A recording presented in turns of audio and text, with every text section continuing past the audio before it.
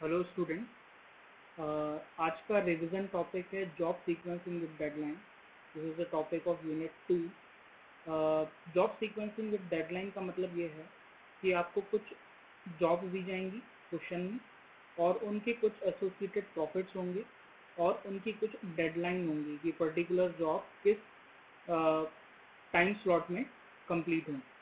ठीक है, और उन जॉब्स को हमें उन टाइम स्लॉट्स के अकॉर्डिंग अरेंज करना है, उनकी डेडलाइन के अकॉर्डिंग अरेंज करना है और हमें इसमें मैक्सिमम प्रॉफिट गेन करना है। So this job scheduling, job sequencing with deadline problem is based on the greedy approach. मतलब जॉब सीक्वेंसिंग विद डेडलाइन जो प्रॉब्लम है उसको हम ग्रिडी अप्रोच से ही सॉल्व करेंगे। तो देखते हैं कि क्या होता है job sequencing with deadline problem. जैसा कि इसमें मैंने मेंशन किया है problem statement. In a job sequencing problem, the object is to find the sequence of a job. So what we have to do in the solution, we have to find the sequence of the job. मतलब आपको multiple jobs available हैं, उन jobs को किस sequence में हमें operate करना है या कंप्लीट करना है। तो हमें यहाँ पर सीक्वेंस ऑफ जॉब शेड्यूल करना है which is completely with in their deadline, जो कि उनकी जो गिवन डेडलाइन है उसी के अकॉर्डिंग होगा। और हमें यहाँ पर मैक्सिमम प्रॉफिट भी इंश्योर करना है कि अगर हम जॉब्स को सीक्वेंस में अरेंज करें, ठीक है, और उनकी डेडलाइन के अकॉर्डिंग अरेंज करें तो उस अरेंजमेंट में हमें मैक्सिमम प्रॉफिट यहाँ पर मिलना चाहिए। ठीक है, जैसे ग्रेडी अप्रोच बोलता है, ग्रेडी अप्रोच के अकॉर्डिंग हमें हमेशा मैक्सिमम प्रॉफिट ही गेन करना होता है। सॉल्यूशन देखें, let us consider a set of n given jobs which are associated with deadline and profit is earned if the job is completed by its deadline। मतलब आपको n given jobs हैं जिनकी deadline और उनके profit भी हैं, particular job का क्या क्या प्रॉफिट होगा और उसका क्या डेडलाइन है ये गिवन है। ठीक है, if the job is completed by deadline, मतलब अगर वो जॉब कंप्लीट हो जाती है उसकी डेडलाइन में, तो जो भी सीक्वेंस आप रखेंगे this job need to be ordered in a such way that there is a maximum profit. उन जॉब्स को अपन क्या करेंगे, इस तरह से अरेंज करेंगे कि हमें मैक्सिमम प्रॉफिट यहाँ पर फाइंड आउट हो। ठीक है, इसके एक एग्जांपल से अपन समझते हैं कि क्या किस तरह से अपन job sequencing with deadline problem को सॉल्व करेंगे यूजिंग ग्रिडी अप्रोच। तो यहाँ पर आप देख रहे हैं कि आपको टोटल 5 जॉब अवेलेबल हैं, J1, J2, J3, J4, J5, और प्रॉफिट्स भी इनके एसोसिएटेड हैं। J1 का प्रॉफिट यहाँ पर 20 दिया हुआ है, J2 का 15 दिया हुआ है, J3 का 10 दिया हुआ है, J4 का 5 दिया हुआ है, J5 का 1 दिया हुआ है, और उनकी पर्टिकुलर डेडलाइन भी दी हुई हैं। जैसे 2 डेडलाइन किसकी है, J1 की, J2 की भी 2 है, J3 की भी 1 है, और J4 की यहाँ पर 3 है और J5 की 3 है।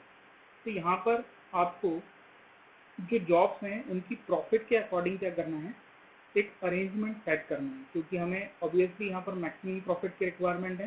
तो जितनी भी जॉब्स हमारे पास दी हुई हैं अगर वो सॉर्टेड मैनर में होंगी तो it will be quite easy to arrange all the jobs in a particular sequence in order to achieve the maximum profit। तो यहाँ पर आप देख सकते हैं कि सारी जॉब्स जो हैं वो उनके प्रॉफिट के अकॉर्डिंग सीक्वेंशियली अरेंज है from maximum profit to minimum profit. ठीक है, अब यहाँ पर देखते हैं कि एक चीज और अवेलेबल होती है, यहाँ पर टाइम स्लॉट की हम बात करें तो यहाँ पर टाइम स्लॉट हमें केवल और केवल 3 ही टाइम स्लॉट अवेलेबल है। ठीक है, जैसा कि आप देख रहे हैं, तो ये सब चीजें क्वेश्चन में गिवन होंगी, जॉब, प्रॉफिट, डेडलाइन। ठीक है, अब मैंने यहाँ पर टाइम स्लॉट कैसे अज्यूम किया कि 3 टाइम स्लॉट होगा, तो यहाँ पर आप देख सकते हैं J4 और J5 का जो डेडलाइन दिया हुआ है वो 3 दिया हुआ है। दैट मीन्स हम यहाँ पर उस पर्टिकुलर जॉब के डेडलाइन को देख के टाइम स्लॉट यहाँ पर एज्यूम कर सकते हैं जिसका टाइम स्लॉट यहाँ पर जिसका डेडलाइन सबसे मैक्सिमम दिया हुआ है। तो यहाँ पर टाइम स्लॉट जो है वो 3 है, तो केवल 3 ही हमारे पास टाइम स्लॉट है, जिसमें out of 5 job we have to sequence only 3 job to find the maximum profit. आइए स्टार्ट करते हैं यहाँ पे। तो सबसे पहले अपन देखें कि J1 का जो प्रॉफिट है वो 20 है, J2 का प्रॉफिट यहाँ पर 15 है, मैं इन दोनों को कंपेयर करने की बात इसीलिए कर रहा हूँ क्योंकि दोनों का डेडलाइन क्या है, यहाँ पर 2 है। तो सबसे पहले यहाँ पर देखें कि किसका प्रॉफिट यहाँ पर मैक्सिमम है। मैक्सिमम प्रॉफिट हमारा किसका है, J1 जॉब का है। तो हमारे पास क्योंकि 3 टाइम स्लॉट हैं तो उसको हमने इस तरह से रिप्रेजेंट किया हुआ है 0 to 1, 1 to 2 एंड 2 to 3। तो देयर आर 3 टाइम स्लॉट। यहाँ पर आप देखेंगे कि J1 की बात करूंगा मैं तो J1 का मैक्सिमम प्रॉफिट है देन J2 और इसका टाइम स्लॉट क्या है, 2 है। तो यहाँ पर मैंने J1 को सेकंड टाइम स्लॉट दिया हुआ है। ऐसा मैंने इसलिए किया क्योंकि J1 का टाइम स्लॉट 2 है और उसका प्रॉफिट मैक्सिमम है। तो J1 जब सेकंड आवर तक यहाँ पर, या अपन इसको ऐसा कर लें 9 to 10, 10 to 11, 11 to 12, इस तरह से आवर्स में इसको टाइम स्लॉट को रख लें। तो यहाँ पर J1 जो है जिसका टाइम स्लॉट 2 है, मतलब 2 घंटे तक ये पर्टिकुलर जॉब वेट कर सकती है। दैट मीन्स इस पर्टिकुलर J1 को अपन ने कौन सा टाइम स्लॉट अलॉट किया, सेकंड आवर वाला, दैट इज 1 to 2। मतलब यहाँ पर जो टाइम स्लॉट अलॉट किया है वो 10 to 11 है, ठीक। क्योंकि इसका टाइम स्लॉट, इसका जो डेडलाइन है वो 2 आवर्स दिया हुआ है, it can wait up to 2 hour. मतलब पहले 2 घंटे में इस जॉब को कंप्लीट होना है तो सेकंड स्लॉट इसको अपन ने अलॉट कर दिया। ऐसा इसलिए किया क्योंकि अगर हमारे पास कोई ऐसी जॉब अवेलेबल है जिसका टाइम स्लॉट 1 है ना, 1 आवर के अंदर ही कंप्लीट होना है, तो पहला आवर उसको हम अलॉट कर देंगे, ठीक है। तो J1 को मैंने यहाँ पर सेकंड स्लॉट दिया हुआ है। अब बात करें J2 की। J2 का भी प्रॉफिट यहाँ पर मैक्सिमम है अदर देन अदर जॉब। तो यहाँ पर J2 का जो डेडलाइन है वो 2 है, मतलब फर्स्ट 2 आवर्स में इसको कंप्लीट होना है। दैट मीन्स J2 को अपन ने कौन सा स्लॉट अलॉट कर दिया, फर्स्ट वाला, that is from 9 o'clock to 10 o'clock, ठीक है। अब हमारे पास जो टाइम स्लॉट अवेलेबल है वो 2 to 3 है, मतलब 11 to 12 वाला टाइम स्लॉट हमारे पास अवेलेबल है। तो J3 अपन देखें तो J3 का जो प्रॉफिट है वो J4 और J5 के कंपैरिजन में ज़्यादा है, मैक्सिमम है, लेकिन इसका जो डेडलाइन है वो 1 है। मतलब J3 जॉब की कहानी ये है कि ये पर्टिकुलर J3 जॉब का मैक्सिमम प्रॉफिट है देन J4 और J5, क्योंकि J1 J2 से अपन कंपेयर नहीं करेंगे क्योंकि ऑलरेडी दोनों ही जॉब हमने टाइम स्लॉट के अकॉर्डिंग प्लेस कर दी है। उनको टाइम स्लॉट हमने फर्स्ट और सेकंड वाला अलॉट कर दिया है। ये टाइम स्लॉट इन दोनों जॉब के लिए ऑलरेडी बुक हो गए। तो J3 का कंपैरिजन J4 और J5 से होगा। तो J3 का कंपैरिजन अगर J4 और J5 से करें तो J3 का जो प्रॉफिट है J4 और J5 के कंपैरिजन में मैक्सिमम है। लेकिन अगर अपन इसके टाइम स्लॉट की बात करें, डेडलाइन की बात करें, तो डेडलाइन यहाँ पर J3 की ये कहती है कि इस पर्टिकुलर J3 जॉब को फर्स्ट आवर में ही कंप्लीट हो जाना चाहिए। तो यहाँ पर आप देखेंगे क्या फर्स्ट स्लॉट की अवेलेबिलिटी हमारे पास है क्या। फर्स्ट स्लॉट का मतलब 0 to 1, that is from 9 o'clock to 10 o'clock, ठीक है। तो फर्स्ट आवर जो है वो ऑलरेडी हमने J2 के लिए बुक करके रखा हुआ है, J2 को अलॉट कर दिया है। दैट मीन्स J3 को हम इस पर्टिकुलर जॉब सीक्वेंस में नहीं ले सकते, it can be discard. Now J4 और J5 दोनों ऐसी जॉब है जो थर्ड स्लॉट डिजायर कर रही हैं। They require the third slot, ठीक है। तो थर्ड स्लॉट तो है दोनों का, लेकिन दोनों में से मैक्सिमम प्रॉफिट किसका, क्योंकि अल्टीमेटली ग्रीडी अप्रोच के अकॉर्डिंग हमें मैक्सिमम प्रॉफिट यहाँ पर लेना है, because it is a maximization problem, ठीक है। तो J4 का जो प्रॉफिट है in comparison with J5 maximum है। तो J4 को हमने क्या किया, थर्ड स्लॉट अलॉट कर दिया, that is from 11 o'clock to 12 o'clock, 2 to 3, ठीक है।